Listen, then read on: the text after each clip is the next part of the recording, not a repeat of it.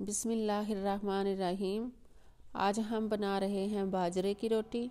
तो चले रेसिपी बनाना शुरू करते हैं। सबसे पहले हमने ले लिया है 2 बाउल भरकर बाजरे का आटा और इसको हम अच्छे तरीके से स्टेन कर लेंगे।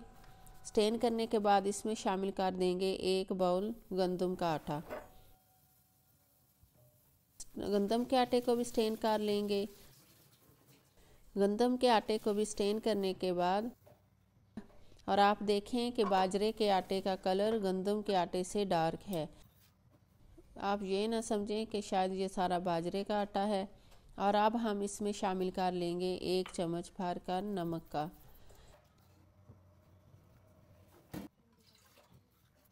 और इसको हम नीम गर्म पानी से गूंद लेंगे। सर्दी का मौसम है तो इसलिए हम इसको नीम गर्म पानी से गूंद रहे हैं। अगर मौसम गर्मी का हो तो आप इसको ठंडे पानी से गूंदें। तो थोड़ा थोड़ा पानी हम शामिल करते जाएंगे और इसको हम गूंदते जाएंगे। जैसा कि आप जानते हैं कि बाजरे की रोटी के बहुत से फ़वाइद हैं। अगर आप अपना वज़न कम करना चाहते हैं तो बाजरे की रोटी खाएं। ये बेहतरीन सोर्स है वज़न कम करने का। ये सेहत के लिए बहुत अच्छी होती है और जब 2 आटे मिक्स हो जाएं तो ये और भी अच्छी है। लेकिन अगर आप इसमें बाजरे का, ज्वार का और गंदम का आटा मिक्स कर लेंगे तो ये और भी हेल्दी हो जाएगा। लेकिन रोटी अगर आप वज़न कम करने के लिए कर रहे हैं तो रोटी आपको छोटी सी बनानी है और एक टाइम में खानी है। तो आप देख सकते हैं कि मैंने थोड़ा थोड़ा पानी लगाकर आटे को अच्छी तरह से गूंद लिया है। आप चाहें तो सिर्फ बाजरे की रोटी भी बना सकते हैं। गंदम का आटा शामिल नहीं करना चाहते तो ना करें, लेकिन उस तरह से आपको रोटी बनाने में भी मुश्किल होगी। और अगर बाजरे में गंदम का आटा मिक्स करेंगे तो इससे टेस्ट और ज़्यादा बढ़ जाता है और रोटी बनाने में तो आसानी हो ही जाती है। लेकिन अगर खाली बाजरे का बनाएं तो आप इसको बटर पेपर पे रख कर बेल लें और बटर पेपर को उठाकर आराम से आप तवे पर डाल दें, तो इससे भी वो आसानी से बन जाएगी। इसको खुश्क बना लें या इस पे घी लगा लें, वो भी आपकी चॉइस है। लेकिन हम इसको बना रहे हैं देसी घी के साथ।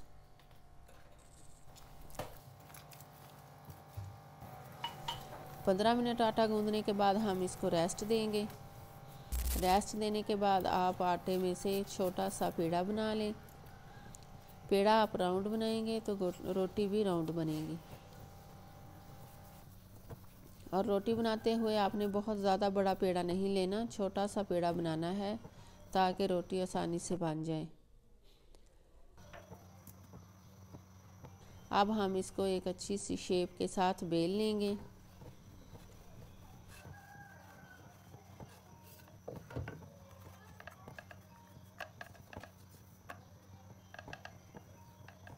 अगर आपको लगे कि रोटी नीचे चिपक रही है तो आप इसके नीचे आटा लगा लें, तो इससे रोटी आपकी आसानी से बन जाएगी। अब रोटी बेलने के बाद थोड़ा सा हम इसको हाथ से बनाएंगे।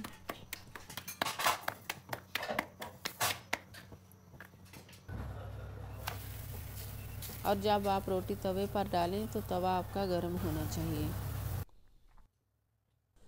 और आंच हम दरमियानी रखेंगे। बहुत तेज़ आंच पे रोटी जल जाएगी। गंदम का आटा डालने की वजह से आप देख सकते हैं कि रोटी में बहुत ज़्यादा लचक है और ये बहुत आसानी से बन गई है। अब एक साइड से पक जाने के बाद इस पे हम मेल्ट किया हुआ देसी घी डालेंगे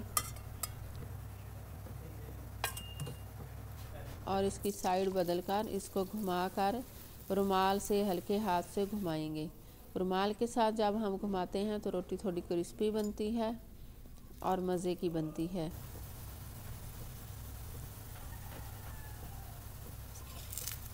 इसी तरह आप दोनों साइडों को थोड़ा सेकते जाएं और रोटी को अच्छे तरीके से बना लें।